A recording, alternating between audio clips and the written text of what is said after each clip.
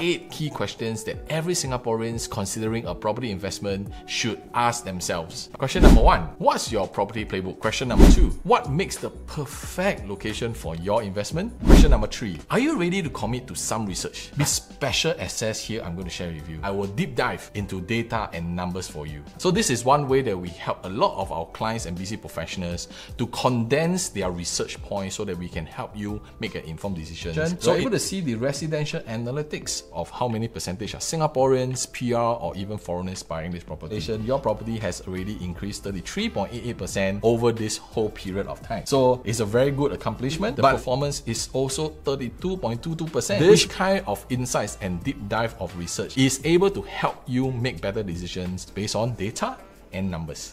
So the big question is this: how busy professionals and homeowners like us make 6-figure profits from the property we own safely by doing it with research, data, and numbers. How do we buy in a way without complications and half guessing, regardless of the market conditions, and still remain profitable? That is the question. Here, I will share with you exactly what we do and how we do it. My name is Edmund Tan, and welcome to Singapore Real Estate Insider. Hey everyone, Coach Edmund Tan here from Singapore Real Estate Insider. So with these new insights, what are your thoughts? Want to see more comparison examples? I want you to watch on as I will show you the ultimate debate in the property market between freehold versus 99 years. Who is the winner based on data crunching? Who is your winner? Type in your answers in the comment below right now. Question number 4, leasehold versus freehold. Understanding land tenure options might sound complex, but it's important. Land tenure basically refers to how long you own the property rights for your property. Now, here's a breakdown for Singapore. Freehold, you own the land forever. Well, almost forever. Well, this offers the most ownership flexibility and tends to be more expensive. Leasehold, you own the land for a set period, typically 99 years or 999 years. These properties are generally more affordable than freehold, but the ownership eventually reverts back to the government. 999-year leasehold often seems practically equivalent to freehold as well, but might have a slightly lower resale value. So which will you choose? Are you team freehold or are you team leasehold? Comment below. There's no right or wrong answers. We have our own preference, right? But in the REI method, we are constantly stacking parameters towards growth in our property value. Thus, we research and run our data towards that. Now, let me show you another demo. Right, so we want to compare between a freehold and a leasehold property across the entire Singapore to make a blanket statement of which is the one that you prefer. So put in your answers below whether A, a freehold property will outperform B, a leasehold property. Let's dive right in. So we'll do the same thing. We'll compare using our access to data using ProTrend. And this time round, we're going to choose all types of properties across all districts. And what we want to do is we want to select the tenure. So this time round, we're comparing a freehold versus a leasehold property. So this time round, let's just choose this. And we're going to open up the entire data trends from here. And you can see that the entire properties, there are 1,273 properties that are freehold properties and a volume of 4,875. So let's just plot this and to generate the trend again. All right, so from here you can see the trends have been generated, and let us again choose this is freehold property.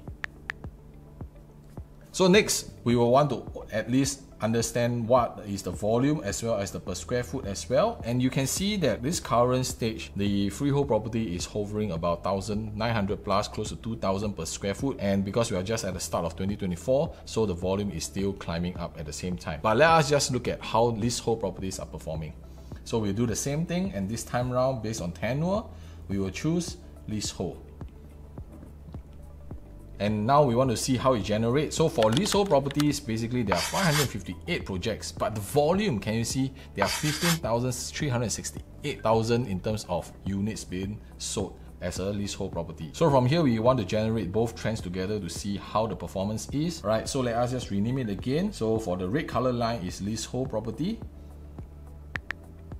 Alright, so what is your choice? So if by looking at this data, put in your comment if your team A, which is the freehold property, is outperforming team B, which is leasehold property. What is your answer? Put in your answers in the comment below. So from here, we will do the same data trend from 2013 until date to see how a freehold property is performing. So you can see that if today you are owning a freehold property, your property growth is about 26.33%. But if you are team B and you have chosen leasehold as your ultimate choice to hold on to a property, let us take a look whether the data points are how it is.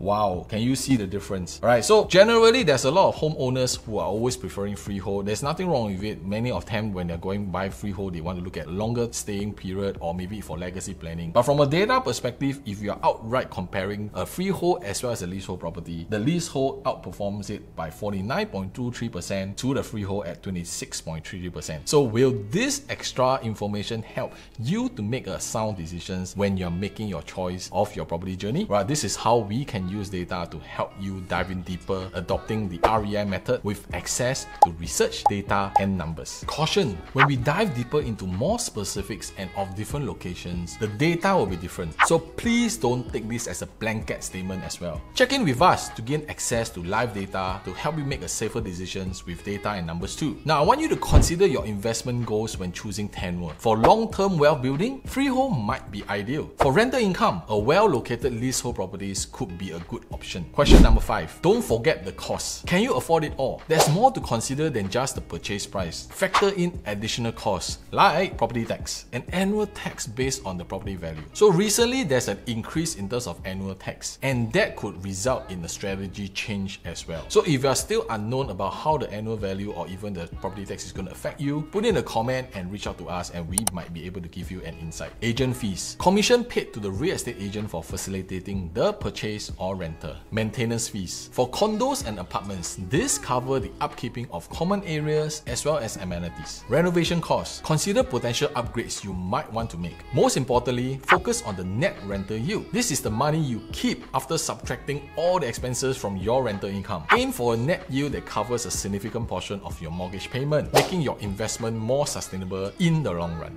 Hey, have you subscribed to our channel yet? Come on, help us here by clicking on the bell notification. This will help us a lot.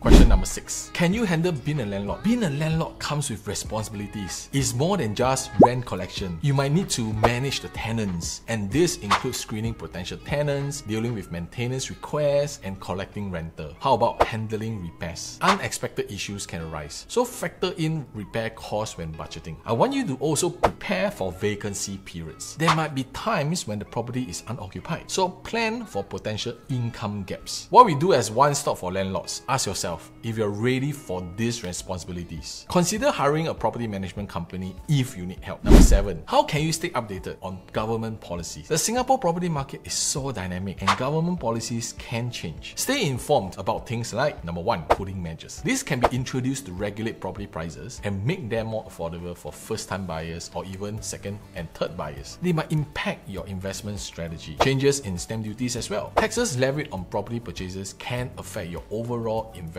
costs, so you do want to take note of that. Regularly checking government websites and trusted property news sources is key. Question 8. How can you invest in yourself for real estate success? The Singapore property market can be complex with ever-changing trends and regulations, but with the right information, you can navigate it with confidence and make informed decisions that align with your goals. Now remember, investing in your knowledge is the most powerful investment you can make for your own property journey. By understanding the market, different property types, the financial options and potential risks, you'll be well equipped to make smart choices that build your wealth and secure your future. Ready to make your move in the Singapore property market? I want you guys to remember, invest wisely and build your Singapore property dream.